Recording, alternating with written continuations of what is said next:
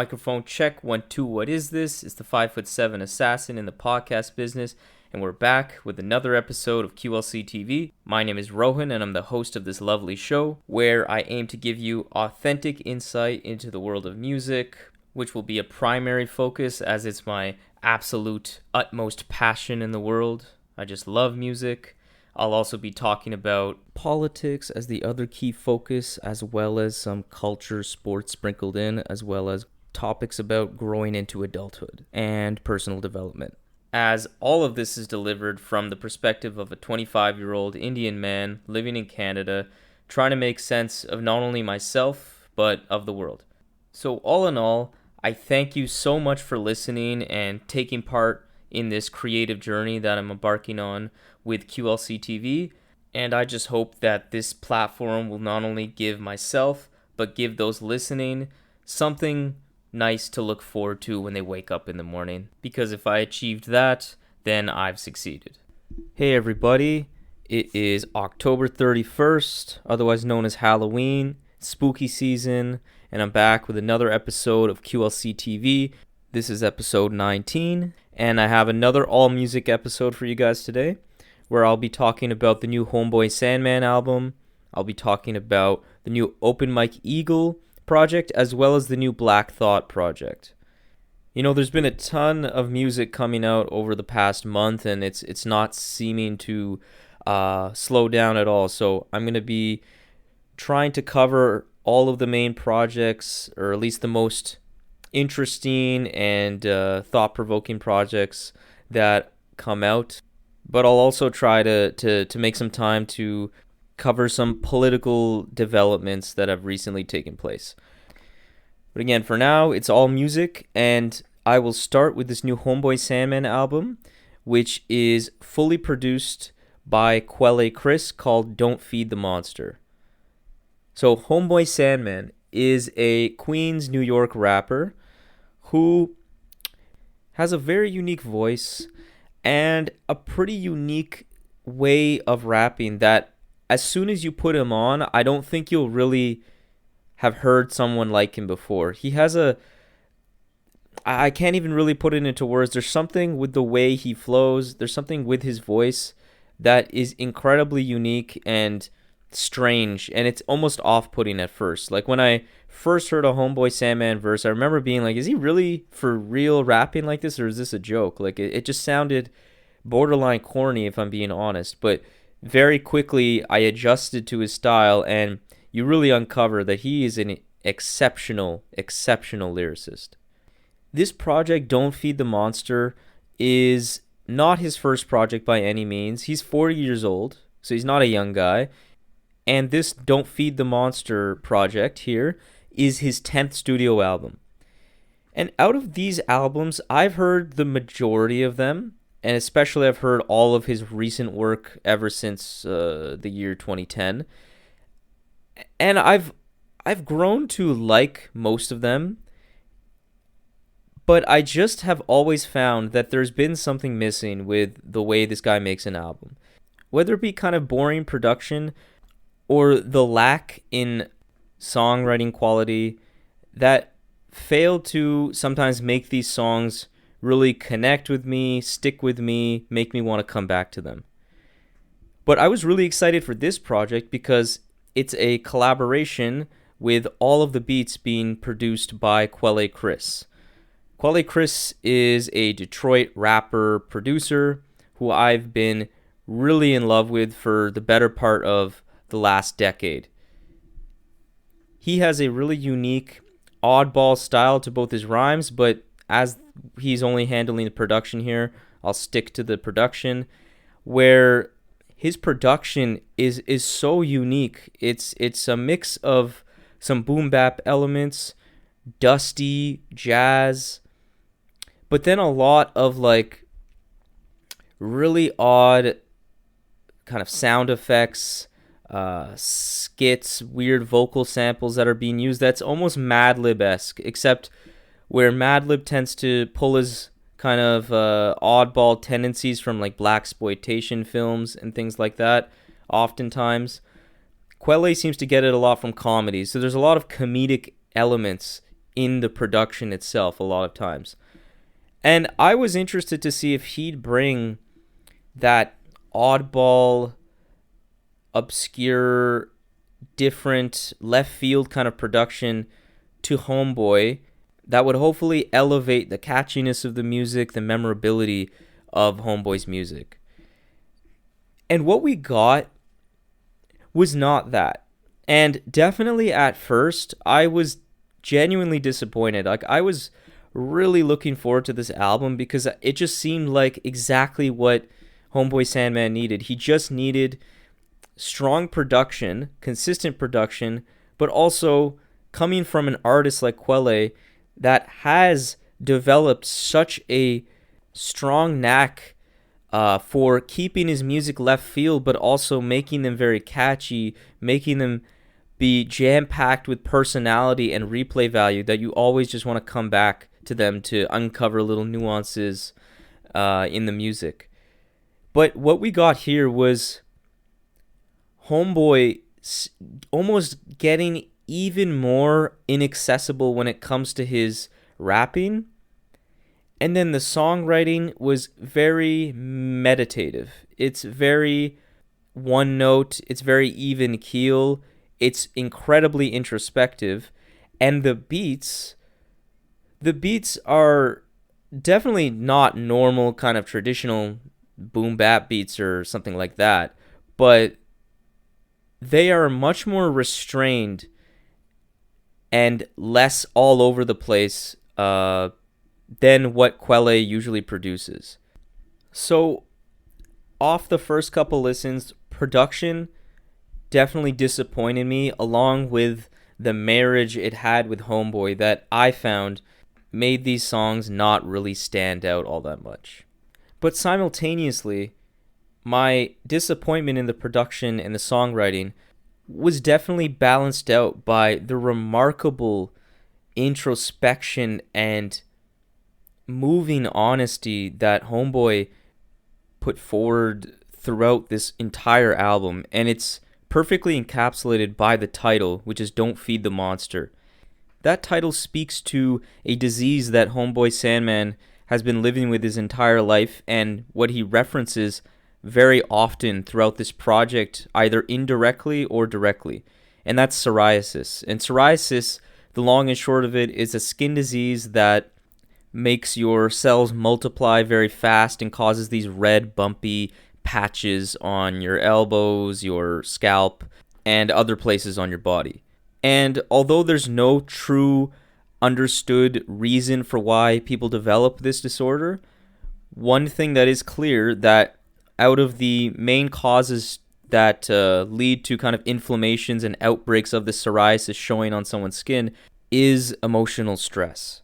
And that's really key to understanding the connection and the overall higher meaning, I guess you could say, to how these various emotional traumas and anxious experiences that he's had throughout his life, how they contribute to this disease, and how it leads to the title, which is Don't Feed the Monster, which you could basically interpret as this album being a collection of traumatic and anxiety-ridden experiences that Homeboy has gone through, and how he's been able to overcome this so that he doesn't feed the monster that is psoriasis. But I think at a higher, more general level, it's not just about psoriasis. It's just generally speaking applicable to just not wanting to giving into negative self-talk and negative thinking and depression, which I think is very relatable to all of us.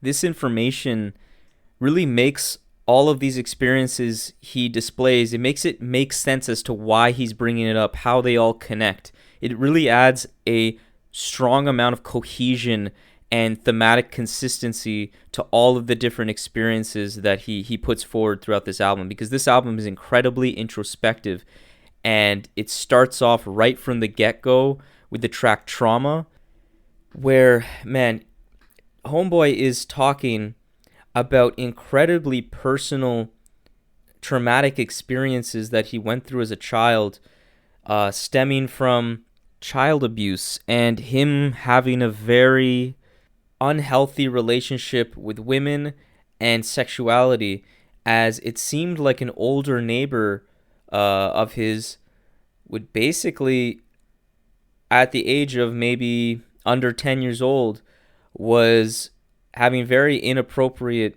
encounters with him, probably kissing, and he mentions that at least he didn't go down on this guy. But just incredibly messed up kind of things that were happening to him. And then his dad's girlfriend at the time would allow Homeboy as a child to hump her leg, and she would just let it happen and maybe even encourage it. At the very least, he was enabling it. It was so striking just how deep he went right off the bat that it put me off. I had to replay the song twice to really be like, damn, did he really say that? Did he really just say that? He even mentions the thing about his dad's girlfriend was the first time he's ever told him we'll be on this song. So that just shows how open and honest he's getting. And the way he outlines all of these traumatic experiences is absolutely brilliant, and it just gave me goosebumps. And it sets the stage for what will be a very deeply personal album. And the selling point for this album, no question about it, is not only just how introspective and at times very emotionally potent the subject matter is, but it's the eloquent lyricism and way Homeboy messages all of these themes that he manages to message on topics such as stress, various traumas he's going through or gone through, while being incredibly descriptive in how he makes his points. He expertly lets the listener into his psyche with great precision, walking you through his thought processes and how he interprets his emotions with incredible insight. Tracks like Stress, where he talks about all of the ways he's kind of dealt with stress, the impacts it has on him and the impact it has on society as a whole. He really paints such an insightful and smart picture on how stress can wreak havoc on one's life. And he does it in a way, again, that has a lot of clever wordplay, that has an interesting flow. But the methodical nature of his rapping, mixed in with the production and the songwriting that's also very methodical and not incredibly varied. And so, as I mentioned, it threw me off at first. But as I kept listening, the methodical nature really lended itself for the listener to really easily follow along with the stories that Homeboy is painting and the thought processes and logic that he's putting forward. So I was able to easily absorb the sobering insights of a song like Stress, as well as a track Alone Again, where he's basically recounting what looks to be a separation between himself and his wife. And he goes into remarkable detail of just all of the little different aspects of this breakup and how it's impacting him. From the obvious thing that you'd expect if someone breaks up with a woman they used to love, worried, as he put it, that he'll ever meet a cutie that would love him for more than just the diamonds that he gives them. Worried that he'll ever have a shoulder to cry on, whether he'll ever have someone to go to the movies with. And what sets this song apart, and really this whole album apart, in terms of how he expresses all of these emotions that many of us can relate to, it's the fact that it's so bare. There's absolutely no flowery poetry, metaphors, similes wrapped around all of these experiences that he recounts, these feelings that he is going through, to put a barrier between himself and the listener. These experiences and these emotions that he's expressing on this album hit so differently because, unlike other and most music that expresses these topics, there's no interpretation required. There's no distraction that can make you not focus on exactly what he's telling you.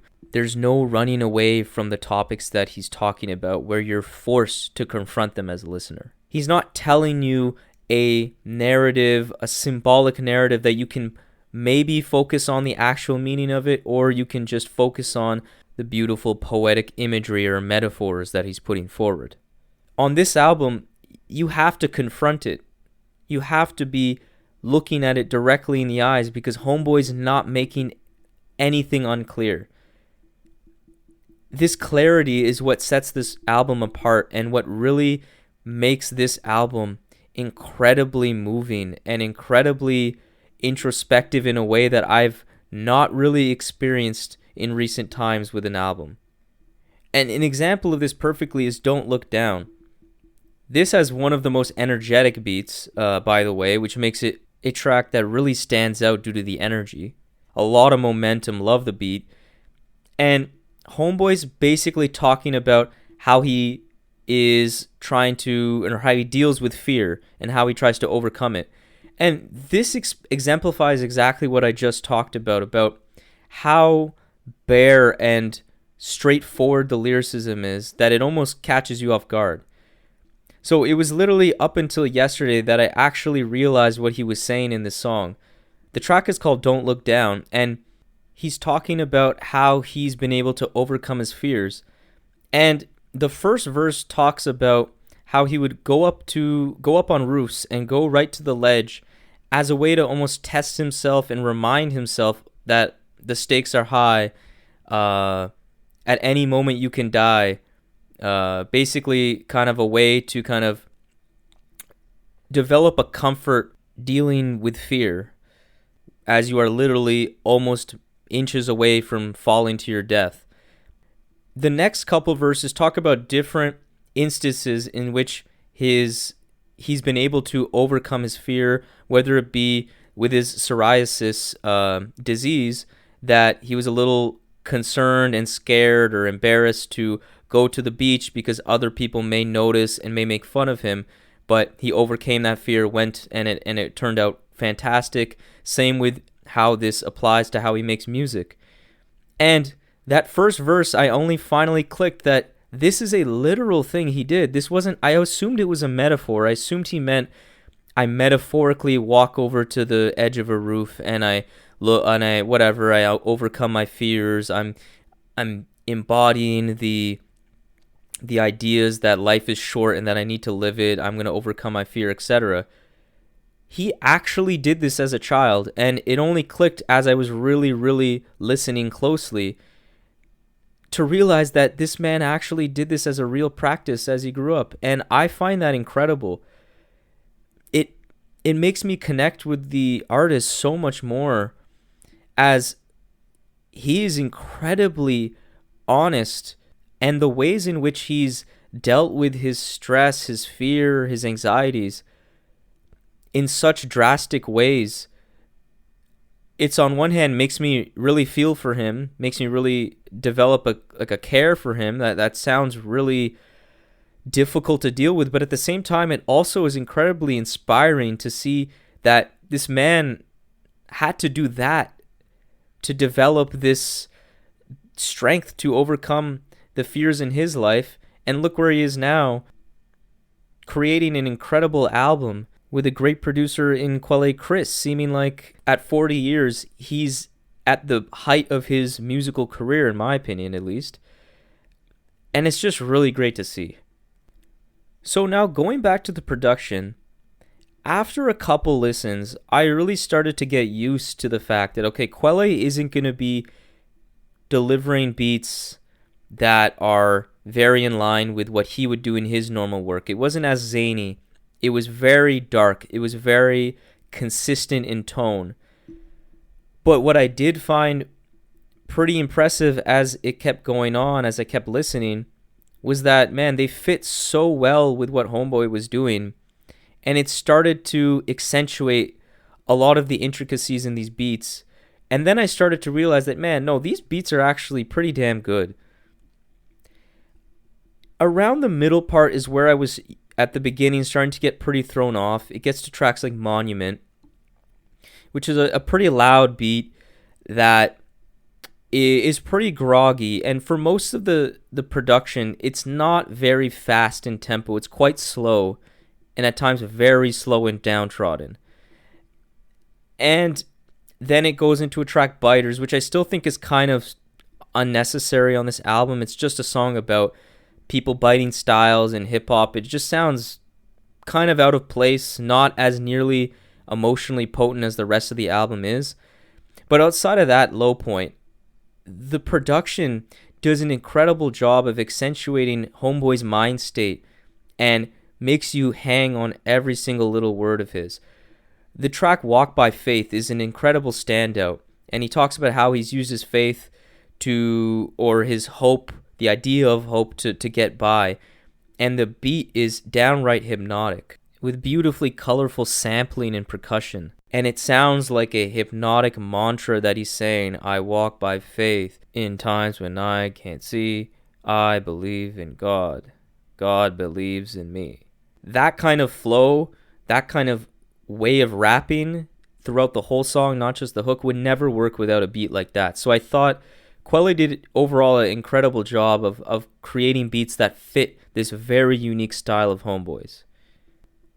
And finally, it was really well paced and sequenced as it relates to the track listing. Songs that I previously mentioned, like Alone Again, that's towards the end of the track listing, where he speaks about and ends the song by saying like he's really not happy where he is in life.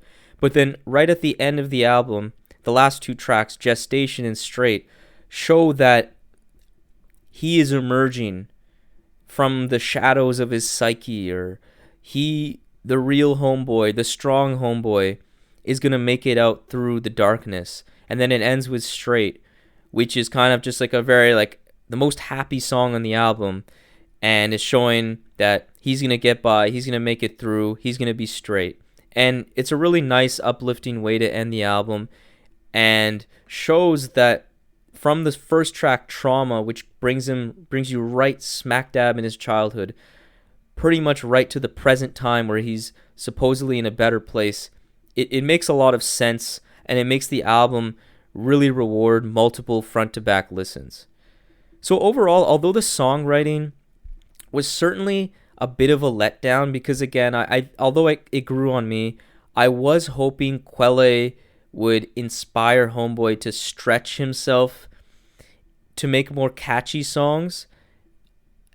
It's a good and bad thing, because I think he actually doubled down on his traditional style, and for this kind of subject matter, it definitely worked. And as it relates to the production, again, it grew on me a ton. I overall really like how cohesive and appropriate it is in tone.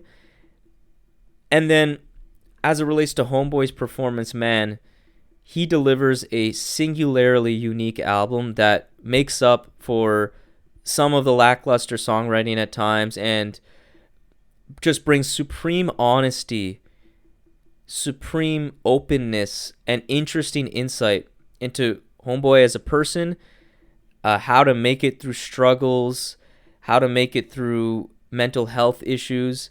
That is actually quite uplifting and relatable, and has some genuinely incredible moments and poignant, sobering insights on society and as him as a person. This is a one-of-a-kind experience that I highly recommend for listeners who really want to put something on that makes them think, and is willing to be patient to let this have the time to soak in to your mind and ears. So I give this a strong 8.3 on 10. It's just another great 2020 rap album. It seems like every album I review on this show is either good to great. I promise you I'm not being easy on these albums. I'm giving you my honest opinion, and it's just been so many good albums coming out in 2020. So now I'm going to transition to this Black Thought album, Streams of Thought Volume 3, Cain and Abel. This is the third volume of these Streams of Thought projects that Black Thought has put out ever since 2018, I believe. The first project was not very long. It was about 17, 18 minutes, produced mainly by Ninth Wonder. a really dope boom bap producer. I didn't particularly love that project. As many of you know, Black Thought is a member and the lead vocalist for the Roots jazz rap group, legendary Roots crew. I love them. I'm a huge fan of their work. Black Thought's an incredible lyricist. And what makes the Roots special, and has always made them special, is their brand of socially conscious lyricism, incredible rapping ability from Black Thought and former bandmate Malik B, and then incredible live instrumentation in the beats. And what Streams of Thought Volume 1 was missing was that live instrumentation. I didn't think Ninth Wonder's beats were exceptional, and I was left missing the live instrumentation and would rather put on a Roots album. Then Streams of Thought Volume 2 came out, and I was definitely much more impressed with that one. It was fully produced by Salam Remy, and this producer created a very nice live instrumentation kind of soundscape. Not exactly like the Roots. It was definitely more dark and had his own touch to the beats, and I thought it worked much better. I thought Black Thought was in a zone lyrically and delivered a lot of nice topical tracks. It was not a very long album, about 23 minutes. I thought it was quite good.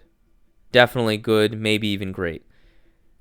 But this Black Thought Streams of Thought Volume 3 project was supposed to be the grand statement, the debut studio album for Black Thought as a solo artist. And it starts super strong. After the initial kind of intro track that sets the stage for this being kind of like a politically conscious album, he has the track State Prisoner, where he touches on a lot of kind of socio-political topics with incredible flows, incredible lyricism.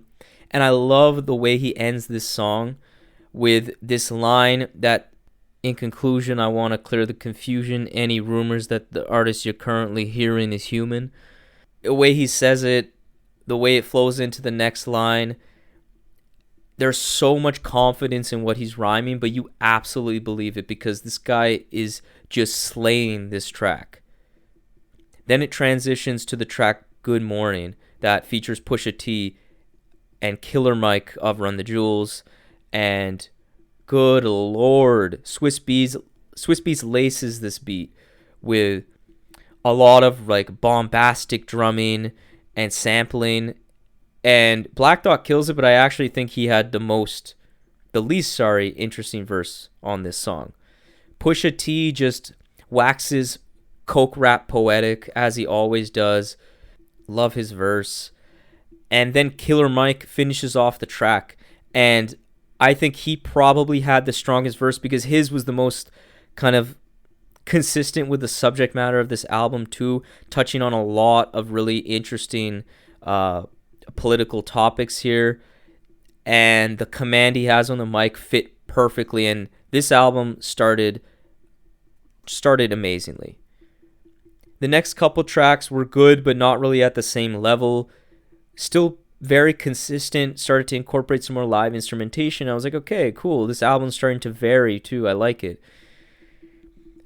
But then when it hit the first of 3 tracks with Portugal, the man who's a feature vocalist on this album really started to fall off. The lyricism, for the most part, for the rest of this way on this album is still good, but by no means is at the lyrical heights that it was at the beginning of this project. And man, the hooks, especially delivered by Portugal, the man, and the beats just fall completely flat on some of these tracks. Nature of the Beast is not a good song at all. It is a pretty wretched hook. And when Black Thought is singing too, this isn't him at his best either when it comes to comparing it to some of his earlier singing work on tracks like How I Got Over from 2010, where it's super soulful, super just easy on the ears, sounds amazing. this didn't work at all. And the songs just come off very sugary, and I don't like the way it complements Black Thought's style. I don't think Black Thought does really well when he's trying to be overly suave or overly poppy in his style. I just don't think it comes off that well. I feel like this album was missing that steady musical hand of Questlove and his other fellow Roots bandmates. I think this album simply isn't as good as Volume 2 of the Streams of Thought series, which I thought was richer musically, with lyricism that was even sharper in focus. And this is a shame, because this was supposed to be the grand full album statement from Black Thought, but I just don't think it lives up to its potential. The subject matter was certainly a strong point, as I liked the way he discussed political themes. I love the way he incorporated it with some battle rap, braggadocious rhymes, like on Thought versus Everybody, which was definitely a great track towards the back half of this album. But overall, I was left pretty disappointed with this project, and for that reason, I give this album a 6.7 out of 10. The standouts are very high, which bring this album up more than you may expect in terms of my rating, but overall, it just really doesn't have the replay value that I was hoping for out of a Black Thought project. And so now I'm going to finish this episode off by talking about the new Open Mike Eagle project, Anime, Trauma, and Divorce. So just off that title alone, it's very loaded. And this album was very anticipated for Open Mike Eagle fans. Open Mike Eagle is a underground legend at this point, a stalwart in that artsy alternative rap lane that artists like Bus Driver and Milo, formerly known as Milo, now Rap Ferreira, have really flourished in. And Open Mike Eagle is one of the pioneers that really made a name for himself as of the early 2010s.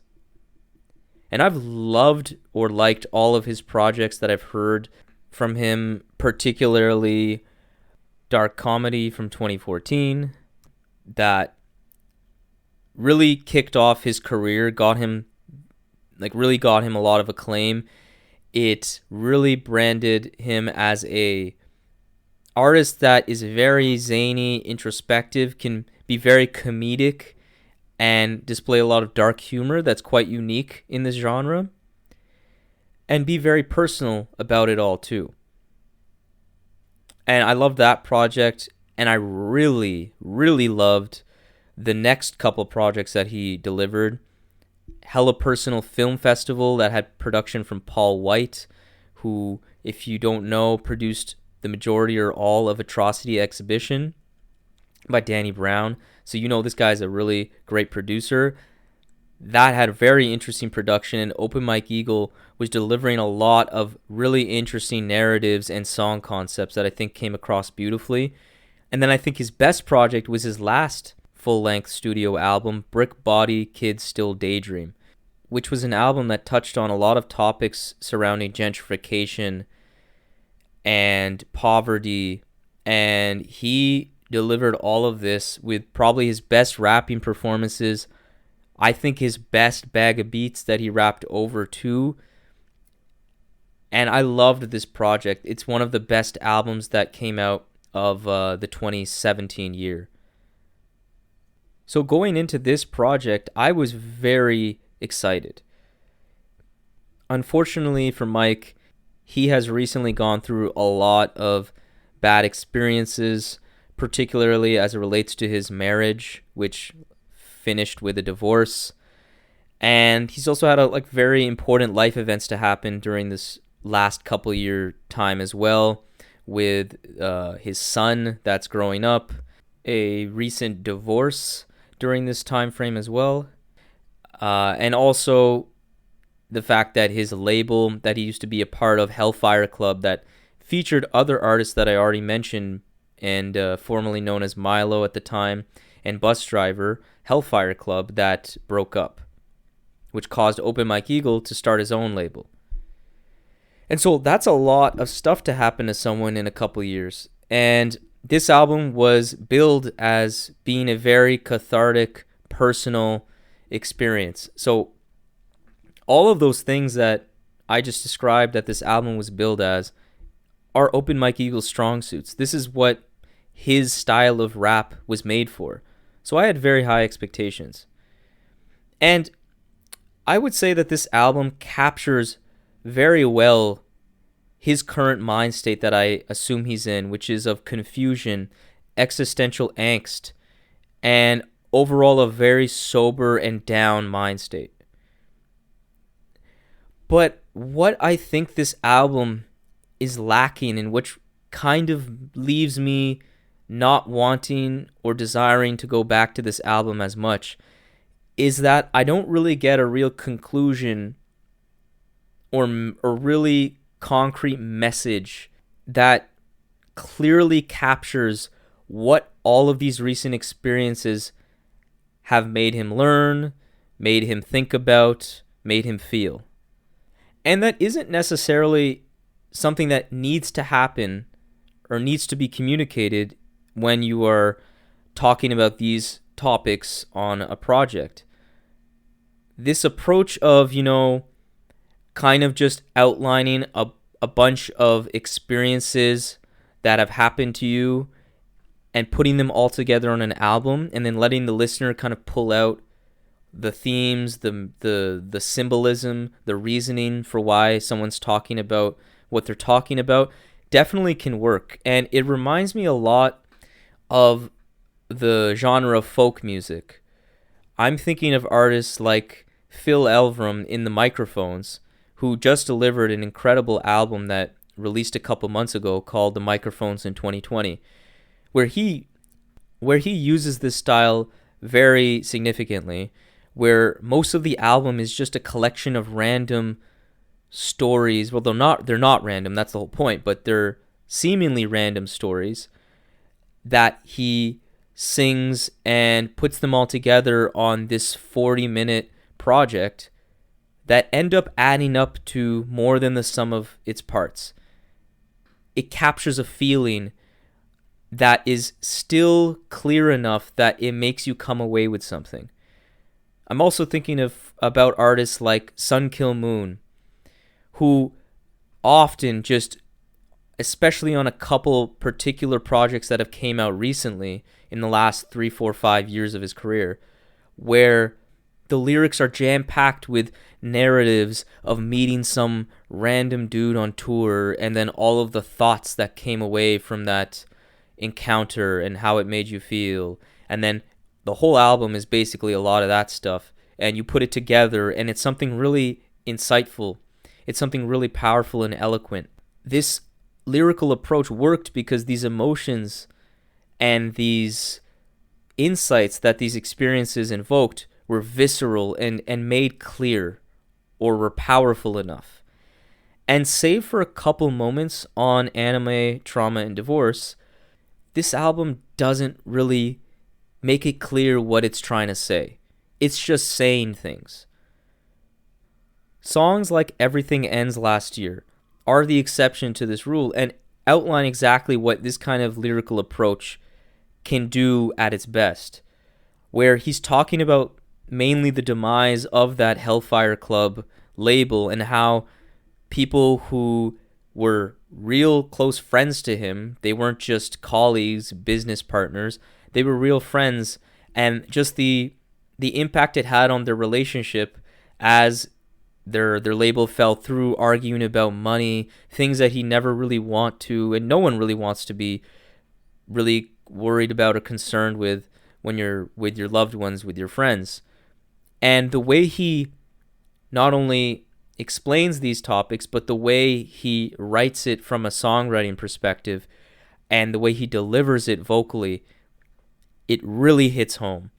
He ends all the verses being like, "It's October and I'm tired." And he says it like he's literally tired. And it just comes through very powerful. You feel the exhaustion, the emotional exhaustion that this man is going through. And that's where this kind of approach really hits home.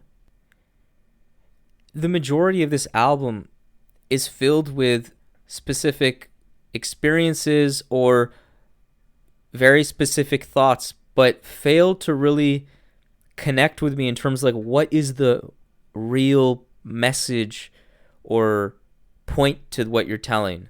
Like, there are some in a vacuum good songs and good moments on this album, like the funny Black Mirror Ruin My Marriage track, which is a really funny concept of literally watching a Black Mirror episode, which is supposedly a real experience. This isn't just like some fake thing.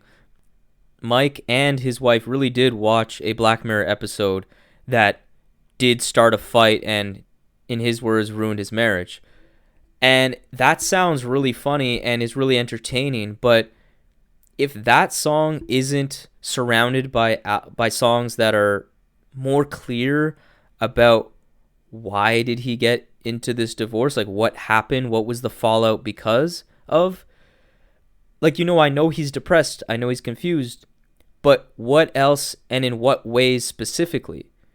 Instead of getting a concrete point of view as to why his divorce happened, I just get a little bits and pieces that are too scant and muddled to make me get an idea of what actually happened and what Mike truly feels right now. To add on to that, musically, this album definitely leaves a lot to be desired as well. This album definitely has some nice instrumentals, like on Bacurati. I don't know exactly how to pronounce that, but that featured Kari Fo. That's kind of like this hip house kind of beat that I think comes across beautifully. I think the album the song really does well. Really fits in surprisingly with Mike's style and especially with Kari Fo's guest verse. So that was interesting. Definitely a change of pace from what I'd expect. But the rest of the production really is quite quiet, not all that engaging. And that makes sense with this kind of style of music and of subject matter that Open Mike Eagle is going for. But again, because the lyricism and the messages aren't very clear and don't really give me much of a visceral or clear understanding of what Mike is going through, I just come away from this album wanting more, wanting to understand more, and wanting to hear more musically. Overall, obviously it's okay if Mike doesn't know what any of this means, what any of these experiences mean for his life going forward. That is incredibly fair. This isn't a criticism of Mike not processing his emotions mature enough. This isn't a thing about his character at all. It's just a criticism about what I would prefer and what I think would work best as an album. And I just think this album would have worked a lot better maybe if he took some more time to really process what he's feeling so that he could come through with a message that was a little more clear and concrete that I could really, as a listener, latch onto. Because at the end of the day, this album is kind of hard for me to connect with, which really sucks to say because I really do like Open Mike Eagle as a person. Seems like a great guy, and I really feel for him for what he's going through. But yeah, I just don't get a lot from this album. It's hard to really go back to as there's not a lot of replay value. So to conclude, my rating on this album is a 6.6 on 10. Arguably one of the most disappointing projects I've listened to all year, which sucks to say, but I will definitely be looking out for what Mike is doing next for sure. And, I wish him the best. I hope he is able to come to an understanding as it relates to what all of these experiences mean for him as a person. So that concludes episode 18 of QLC TV. Thank you everybody for listening. I really appreciate the support. I love doing this, and I can't wait to continue doing more of these episodes of QLC TV moving forward. If you want to follow me, support the podcast, please subscribe on all the podcast channels that you use, whether it be Apple Podcasts, Spotify, and so on. Follow me on Instagram and Twitter at Rohview, so that's ROHVIEW, and shoot me a comment, send me a DM, and feel free to suggest whatever topic you think I should cover, whether it be some political discussion, music, etc. Or if you just wanted to send me some feedback about something that you think I should improve on or consider changing as it relates to the show, I'm definitely all ears. I wanted to start this podcast to help myself grow, help myself express myself more efficiently, more concisely, more effectively. So I'm always open to anything that I should improve on, whether it be about how I deliver the show or just to criticize some horrible take that I had. I'm all ears. And I'd also like to extend an open invitation to any artist that makes music. If you want, please DM me, hit me up on Instagram, send me your music. I'd love to give you free feedback and thoughts on my opinions of your work and any other things you could maybe change to make it even better. If you're listening to this show, you know how passionate I am about music, how much I love analyzing music, and how passionate I am. I would love to be a part of your creative process to further improve your craft. And also I'd like to extend an invitation for anybody who wants to join me for a discussion on something they want to debate, whether it be a political opinion or a musical opinion. I would love to, have you on the show and have an open discussion with you. I think that would be a lot of fun because, I really want to connect with you guys and really foster community here at QLC TV. So thank you once again for listening. Peace.